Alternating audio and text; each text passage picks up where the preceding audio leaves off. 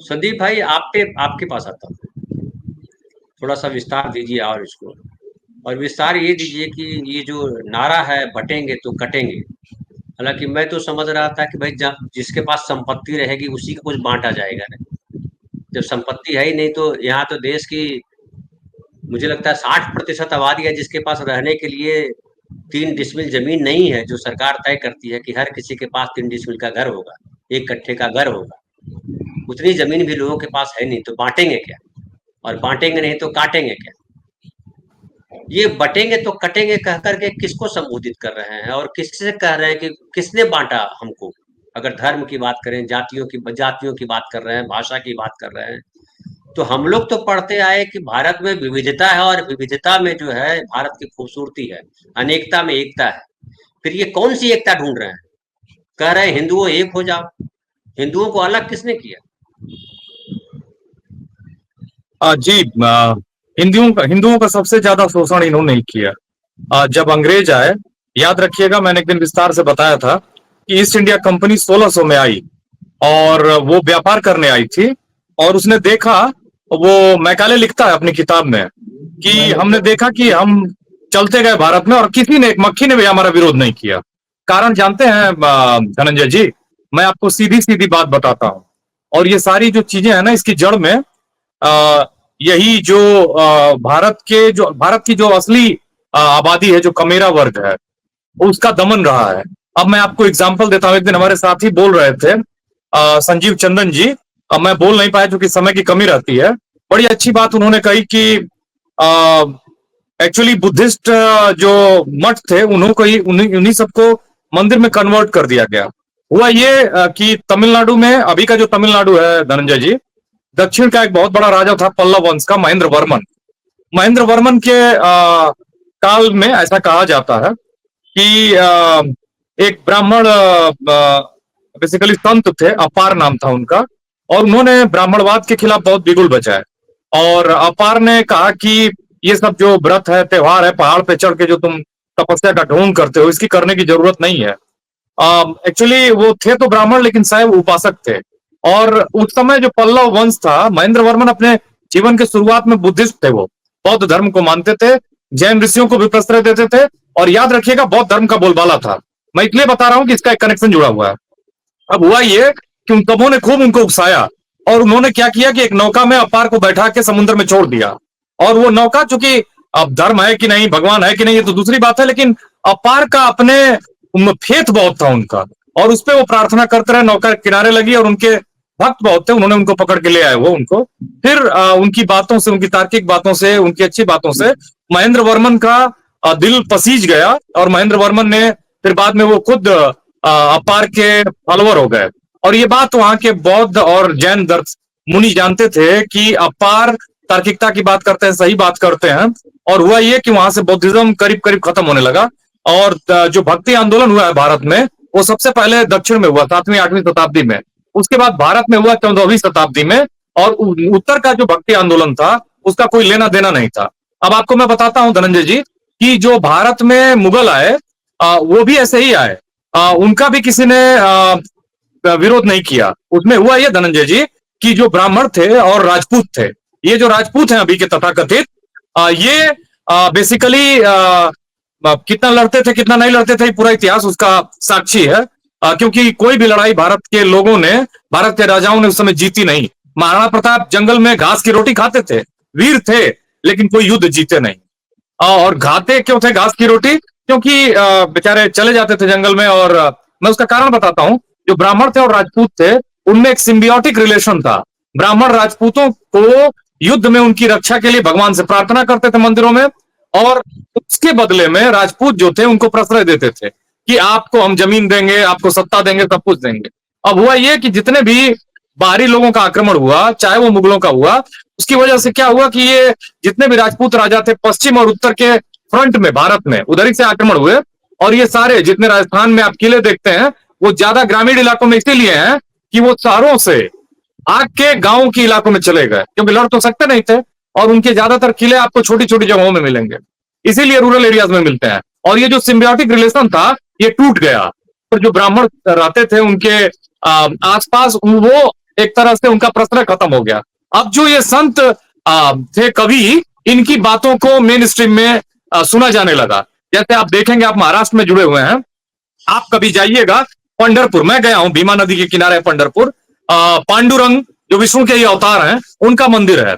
और उस मंदिर में बहुत ही होली सिटी है। मैंने आप जानते ही हैं कि पुणे के आलंदी से एक यात्रा निकालते हैं वो लोग, तीर्थ यात्री लोग। एनीवे, इसका कहने का मतलब मेरा ये है कि सारे संत कवियों की, चाहे वो कबीर थे, चाहे वो तुकाराम थे, चाहे वो नामदेव थे, नामदेव टेलर थे, तुकाराम कुंभी थे, कबीर बुनकर थे, सारे जो रैदास चमार थे, सारे जितने भी तार्किक, ऐसे बहुत नाम है, 100 नाम है कम से कम, दादू, तमाम राज्यों से। और उसके बाद क्या हुआ धनंजय जी कि इनकी बातें समाज में आने लगी और उत्तर भारत में भक्ति आंदोलन हुआ। भक्ति आंदोलन ने ये इन तमाम पाखंडों पर चोट की। ये जो बातें हैं, कभी आपने सुना है कि ये भक्ति आंदोलन की बात करते हैं, कबीर की बात करते हैं कभी? ये तो बहुत मजबूरी में कबीर को बर्दाश्त करते हैं, कबीर के बीजक को बर्दाश्त करते हैं। ये तुकाराम का नाम नहीं सुनना चाहते हैं, ये नामदेव का। इन्होंने तो अपने संत ज्ञानेश्वर को, जिन्होंने ज्ञानेश्वरी लिखी, वो खुद जाति के ब्राह्मण थे, उनको बेचारे को इतना टार्चर किया। महाराष्ट्र में मराठी में उन्होंने ज्ञानेश्वरी को लिखा और मराठी की भाषा के जनक माने जाते हैं। मराठी बहुत ही यंग लैंग्वेज है, उनको इतना प्रताड़ित किया कि बेचारे कम उम्र में गुजर गए। मेरा कहने का मतलब यह है कि कटोगे तो बटोगे। एक्चुअली बेसिकली न्याय की बात कर नहीं सकते, विकास की बात कर नहीं सकते, और छुआछूत खत्म करने की बात कर नहीं सकते, समाज में समरसता की बात कर नहीं सकते, कंस्ट्रक्टिव पॉलिटिक्स की बात कर नहीं सकते, ये मानवतावाद की बात कर नहीं सकते, क्योंकि इनका आरएसएस का जो संगठन है वो ही श्रेष्ठतावाद पे है, जो आज तक एक ही जातियों के इर्द गिर्द घूम रहा है, जिसमें कोई डाइवर्सिटी नहीं। डाइवर्सिटी पे क्या बात करेगा धनंजय जी? आज तक केवल एक रज्जू भैया, गैर ब्राह्मण वहां पे, और पूरी भारत की जो सामाजिक आंदोलन रहे हैं ना धनंजय जी, वो ब्राह्मणवाद के खिलाफ रहे हैं। अगर आपके महाराष्ट्र में ही इतनी बौद्धिक लोग हुए हैं, जैसे भारत पाटनकर रहते हैं वहां पे, और एक गेल ओमवेल्ट हुआ करती थी, बहुत बड़ी चिंतक थी, अमेरिका की मिनेसोटा की थी, उन्होंने पूरे महाराष्ट्र में काम किया है। उन्हीं की गुरु थी लिनर जेलियट, उन्होंने महाराष्ट्र में काम किया। ये दोनों उसी 2 विश्वविद्यालयों के थे, आए भारत में और भारत में बस गए और भारत के महाराष्ट्र में ही रहते थे। इन्होंने जितनी किताबें लिखी हैं, उन्होंने भारत के सामाजिक सांस्कृतिक आंदोलनों में ब्राह्मण बनाम गैर ब्राह्मण जो सांस्कृतिक और सामाजिक जो संघर्ष है, उसी को चिन्हित किया, उसी को बार बार लिखा है। एक्चुअली मैं इस बात से सहमत नहीं हूं धनंजय जी कि हमारी जनता जिम्मेदार है। मैं बार बार इस बात को इस चैनल पे कहता हूं, जनता बेचारी को जो दिखाया जाता है, एक्चुअली ना हिटलर कहा करता था धनंजय जी कि एक झूठ को 100 बार बोलो, जनता उसे सच मान लेगी। मैं आपको बता रहा हूं, हिटलर के उस्ताद हैं ये लोग, ये गोएबल्स के जो उनका प्रोपेगेंडा मिनिस्टर था, उसके माने उससे भी 20 कदम आगे हैं ये लोग। और आप ये जान लीजिए कि ये सब कुछ बहुत ही सिस्टम को, मशीनरी को प्रयोग करके, यूज करके, और सब कुछ बहुत सिस्टमेटिक ढंग से किया जा रहा है। आपने अगर आज सोशल मीडिया खंगाला होगा तो आपने देखा होगा आसाम के चीफ मिनिस्टर का बयान जमशेदपुर में, वो वायरल हो रहा है। वो व्यक्ति कह रहा है कि इन बाबर की संतानों को लात लात से लतिया के भगाएंगे। ये भाषा है तुम्हारी? एक चीफ मिनिस्टर की भाषा है? गलत आंकड़ा दे रहा है वो व्यक्ति कहता है कि आसाम में 45% उसी वीडियो में मुसलमान हो गए हैं। अब आप सोचिए, यही प्रधानमंत्री अभी गए थे, सऊदी अरेबिया गए थे, कतर गए थे। कतर एक छोटा सा देश है, फुटबॉल का वर्ल्ड कप करा लिया उसने। भारत बस कॉमनवेल्थ गेम्स कराता है, इसी पे अपना छाती चौड़ा करता है। भारत की हैसियत नहीं है कि ओलंपिक्स करा ले, फुटबॉल का वर्ल्ड कप करा ले, संभव नहीं है, इतने इंफ्रास्ट्रक्चर नहीं है। ये क्यों? और जाते हैं वहां कतर में, कहते हैं कि भारत में कुछ लोग हैं, दुनिया के मुसलमान बदल रहे हैं, लेकिन भारत में अभी भी कुछ लोग हैं जो हिंदू और मुसलमान करते हैं। जबकि उन्हीं के पार्टी के मुख्यमंत्री, उन्हीं की पार्टी के बड़े बड़े नेता इतनी घृणास्पद बातें कर रहे हैं। मैं तो पूछ रहा हूं कि इलेक्शन कमीशन ऑफ इंडिया कहां है? वो कब बोलेगा? अभी देवेंद्र फडणवीस ने आज कहा है वोट जिहाद। अब भाई वोट जिहाद क्या है, आप इसको एक्सप्लेन करिए। वो कहते हैं कि एक किसी समाजवादी पार्टी के मुस्लिम नेता, मैंने पिछले चुनाव में लोकसभा में कहा था कि भाई हम संविधान को बचाने के लिए वोट देके और इस गैर संवैधानिक लोगों के खिलाफ जिहाद छेड़ेंगे। तो देवेंद्र फडणवीस ने उसको पकड़ लिया है। वो ये भी कह रहे हैं कि फर्जी नैरेटिव फैला रहे हैं राहुल गांधी। उन्होंने कहा कि उन्होंने लोकसभा चुनाव में कहा कि संविधान खत्म कर देंगे, इसी के खिलाफ, इसी में बहला के लोगों को वोट दे लिया। मेरा कहने का मतलब है धनंजय जी कि ये लोग क्यों नहीं बात करते हैं डाइवर्सिटी की। ये अच्छा, दुनिया के किसी भी देश में, आपको एक मैं एग्जांपल देता हूं, दुनिया में जहां भी सांप्रदायिक दंगा होते हैं ना धनंजय जी, आप एग्जांपल देख लीजिए। वो देश कौन है? रवांडा है, सूडान है, इथियोपिया है।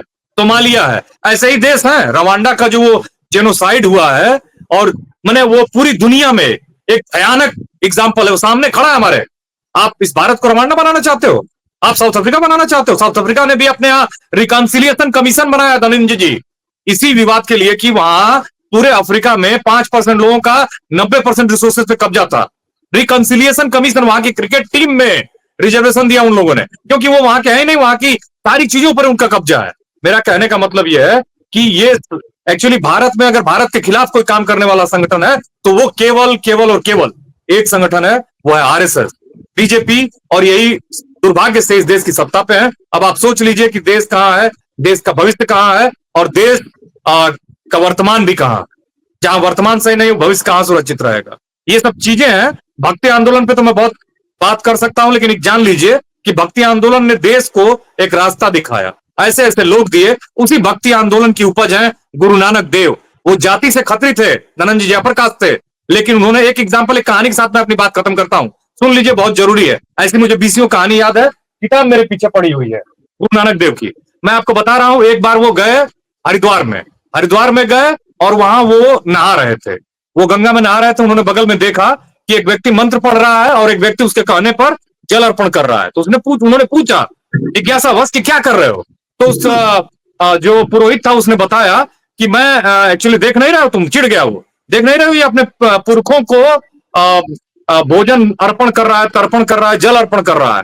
तो वो भी मुड़ गए उत्तर की तरफ और वो भी इसे पानी देने लगे। तो वो ब्राह्मण कुछ देर तक देखता रहा, पुरोहित। फिर वो बोला कि ये क्या कर रहे हो तुम? चिढ़ गया वो, बोला कि तुम क्या कर रहे हो? तो उन्होंने बोला कि आप देख नहीं रहे हो, मैं भी पंजाब में अपने खेतों में पानी दे रहा हूं। जब उनके पुरखे उतनी दूर पता नहीं कहां है, वो भोजन कर सकते हैं, जल ग्रहण कर सकते हैं, तो फिर वो पंजाब में अपने खेतों में सिंचाई क्यों नहीं कर सकते हैं? ऐसी तमाम कहानियां हैं धनंजय जी। ऐसा कहा जाता है कि गुरु नानक देव, अच्छा गुरु नानक देव जो सिख धर्म है ना, वहां गुरु ग्रंथ साहिब की पूजा की जाती है। और आपको जान के आश्चर्य होगा कि उस गुरु ग्रंथ साहिब में रैदास की वाणी है, तुकाराम की वाणी है, नामदेव की वाणी है, कबीर की वाणी है, दादू की वाणी है, रैदास की वाणी है। ये उसमें किसी मूर्ति की पूजा नहीं की जाती है, उस ज्ञान की पूजा की जाती है। इसलिए सिखिज्म दुनिया का ये सबसे और अच्छे तार्किक धर्मों में से एक है। और एक और बात मैं जोड़ता हूं कि गुरु नानक देव एक एम्बुलेटरी सेंट थे, जो अपने जीवन भर 52 साल की उम्र तक धनंजय जी 24,000 किलोमीटर तो पैदल चलते रहे। और सिखिज्म में वो किसी भी एक गांव में एक रात से ज्यादा नहीं रुकते थे। उनके जीवन से तमाम ऐसी कहानियां हैं जिससे पाखंड, अंधभक्ति, और उन्होंने कभी नहीं कहा गौतम बुद्ध की तरह कि मेरी बातों को तुम मान लो। उन्होंने कहा कि जांचो परखो, तब मेरी बातों को मानो और मेरे पीछे आओ, अगर ठीक लगे तब आओ। ये नहीं कि तुम ये कहो कि नहीं कटोगे तो बटोगे। ये आरएसएस क्यों नहीं गुरु नानक देव की बात करता है? कभी नहीं करेगा, क्योंकि वो जानता है कि गुरु ग्रंथ साहब एक टेक्स्ट है, जो इनकी एक किताब है, जो इनकी तमाम पाखंड की राजनीति को नेस्तो नाबूद कर देगी, धज्जियां उड़ा देगी उनकी। धन्यवाद। मैं ये कहना चाह रहा हूं कि ब्राह्मणवाद से मेरा मतलब, एकदम सही कहा था भारत भूषण जी सर ने, कि वो श्रेष्ठतावाद है और समानतावाद। समरसता नहीं चाहिए हमें कोई चैरिटी नहीं चाहिए, हमें समानता चाहिए। देखिए, समरसता ये सब बोगस कॉन्सेप्ट है। किसी को चैरिटी नहीं चाहिए, और मुझे मालिक भी नहीं बनना है, साथ में रहना है। किसी को मालिक और किसी का नौकर, ये डेमोक्रेसी है। ये तो डेमोक्रेसी का प्रिंसिपल ये है बराबरी का। यहाँ पे ये जो आरएसएस बात करता है, उसकी जो पॉलिसी है उसी में प्रॉब्लम है। और रही बात ब्राह्मणवाद की, तो शब्द हम लोग भले ब्राह्मणवाद यूज करते हैं, लेकिन ब्राह्मणवाद का मतलब है ब्राह्मण जाति से कोई इसका लेना देना नहीं है। ब्राह्मण जाति के भी बहुत बेहतरीन लोग हैं, एक से एक। नरसिंह मेहता उसी गुजरात के थे, उसी गुजरात में एक से एक बेहतरीन लोग हुए हैं, संत हुए हैं, कवि हुए हैं, दार्शनिक हुए हैं, और होते रहे हैं, कम होंगे संख्या में भले, लेकिन जो इस श्रेष्ठतावाद का पैरोकारी नहीं करता है, उसकी बातें नहीं करता, अपने जीवन में उसको उतारता है। ये नहीं कि यहाँ बोले और अपने जीवन में बहुत ही सामंती है, तमाम तरह के पाखंड में जी रहा है, ये भी एक खराब बात है। तो ब्राह्मणवाद यही है। ब्राह्मणवादी एक दलित भी हो सकता है, आदिवासी भी हो सकता है, यादव भी हो सकता है, एक ओबीसी भी हो सकता है, और यही लोग ज्यादा भी हैं जिनके पास कल्चरल कैपिटल कम है। कल्चरल कैपिटल एक बहुत व्यापक टर्म है, बाद में बात करूंगा। सोशल कैपिटल कम है, जिनको एक्सपोजर कम है, वो हर तरह से ब्राह्मणवादी हैं, श्रेष्ठतावादी हैं। ब्राह्मणवादी भी कहना से ज्यादा बेहतर श्रेष्ठतावादी रहेगा। पहली बात, लोहिया ने कहा धनंजय जी कि इस देश में राजनीति अल्पकालिक धर्म है और धर्म दीर्घकालिक राजनीति है। आज जो हमारे जलील भाई कह रहे थे, एक्चुअली मैं वो भक्ति आंदोलन के बैकग्राउंड में इसीलिए गया क्योंकि इन्होंने जानबूझ के, एक्चुअली आरएसएस मतलब सबको गडमड करना, सब कुछ को गडमड करना और कंफ्यूज करना। उनको कोई क्लैरिटी खुद नहीं है। मैंने ये जो मोहन भागवत है वेटरनरी साइंस में ग्रेजुएट हैं और वो हिंदुत्व की बात करते हैं, हिंदू राष्ट्र की बात करते हैं, और कुछ भी उनके भाषणों को कहीं भी आप सही से सुनिए, किसी आप कंक्लूजन पे नहीं जा सकते हैं। कुछ क्लैरिटी ही नहीं है, क्लैरिटी होनी ही नहीं है क्योंकि विचार कोई स्पष्ट है ही नहीं, कोई विचारधारा ही स्पष्ट नहीं है। केवल कंफ्यूज करना लोगों को और बांटना। अंग्रेजों ने नहीं लाया उधर, एक्चुअली अंग्रेजों ने यहां से सीखा, अंग्रेजों ने यहां से सीखा कि कैसे, मैंने आपको भक्ति काल का वो बैकग्राउंड दिया, अंग्रेजों ने वहीं से सीखा कि कुछ लोगों का डोमिनेंस बनाए रखना और बाकी लोगों को दबा के रखना। जो यहाँ एक्चुअली ये लड़ाई जो है ना, ये संघर्ष जो है वो लुटेरा वर्सेस कमेरा की है। कमेरा कोई भी हो सकता है, एक ब्राह्मण भी हो सकता है, एक ओबीसी, दलित, आदिवासी, कोई भी है। इसमें कुछ लोगों ने अपना कॉकस जो बना रखा है हर जाति, धर्म और संप्रदाय से, ये संघर्ष उनके खिलाफ है। और कांग्रेस इसके लिए कम जिम्मेदार नहीं है धनंजय जी। उसने अगर उसी अपने सेकेंड यूपीए 2 में जातिगत जनगणना कर ली होती, आंकड़े होते, तो ये लोग पावर में नहीं आते, वो अन्ना का आंदोलन नहीं होता। लेकिन इनके सलाहकार कौन थे? एक भारत रत्न पाने वाले प्रणब मुखर्जी और वही जो एक चुनाव नहीं जीत सकते हैं, चिदम्बरम। और इन लोगों ने कपिल सिब्बल, यही 4-5 इनके नेता थे जिन पर प्राइमरीली करप्शन का आरोप लगा। आंदोलन हुआ जिसको स्पॉन्सर किया गया, सब कुछ बैकग्राउंड। अब आप एक चीज का मैं जिक्र कर देना चाहता हूं यहाँ पे, वो जो 2G स्कैम था, कितना बड़ा, मैंने कितना बड़ा घोटाला था। उसमें यह कहा गया कि मैंने रेट को गिराया गया है और जानबूझ के उसकी प्राइसेस को गिरा के उनकी बोली लगाई गई, बहुत बड़ा घोटाला हुआ है। और बाद में पता चला कि वो पूरे आंकड़ों की जांच नहीं की गई थी, कुछ आंकड़ों के आधार पर रिपोर्ट बनाई गई थी। तो भाई जिन्होंने रिपोर्ट बनाई, क्या उनके खिलाफ कोई कार्रवाई हुई है? विनोद राय के खिलाफ, बाकी लोगों के खिलाफ? उन्होंने बैकग्राउंड तैयार किया, कौन पूछेगा? जुडिशरी ने क्यों नहीं, जुडिशरी ने क्यों नहीं संगानी? ए राजा इतना शरीफ आदमी है, आप कभी मिलिए उनसे? वो नीलगिरी के सांसद है, उस समय टेलीकॉम मिनिस्टर थे। अरे भाई, एक मुख्यमंत्री की बेटी कनिमोई, मैंने करुणानिधि की बेटी कनिमोई भी जेल में थी, दोनों छूट के आए। छूटने के बाद मैं ए राजा से मिला था, इतने बेहतरीन आदमी है, नीलगिरी से वो सांसद है, मंत्री रहे हैं, इतना पढ़ने लिखने वाला और बेहतरीन दलित समाज से आने वाला व्यक्ति।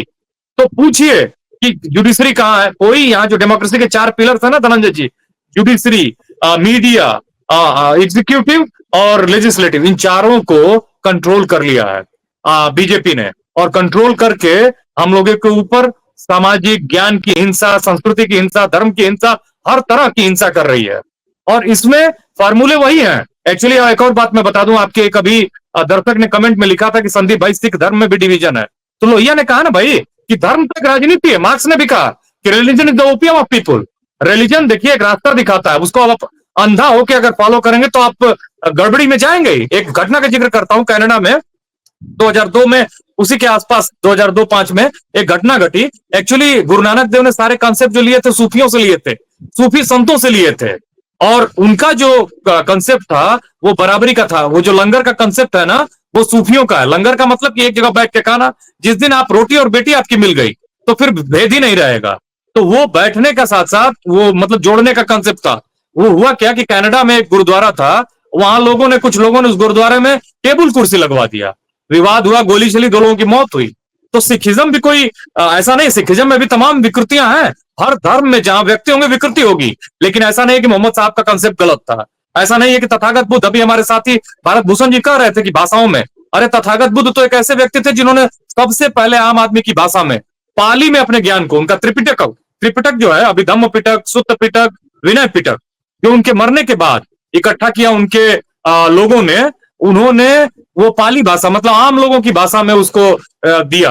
कोई भी दुनिया का बेहतर इंसान, कोई भी दुनिया का बेहतर गुरु राम रहीम नहीं, गुरु नानक देव, वो यही बात करेगा, आम बोलचाल की भाषा में बात करेगा, वो आप की बात करेगा, वो प्रेम की बात करेगा।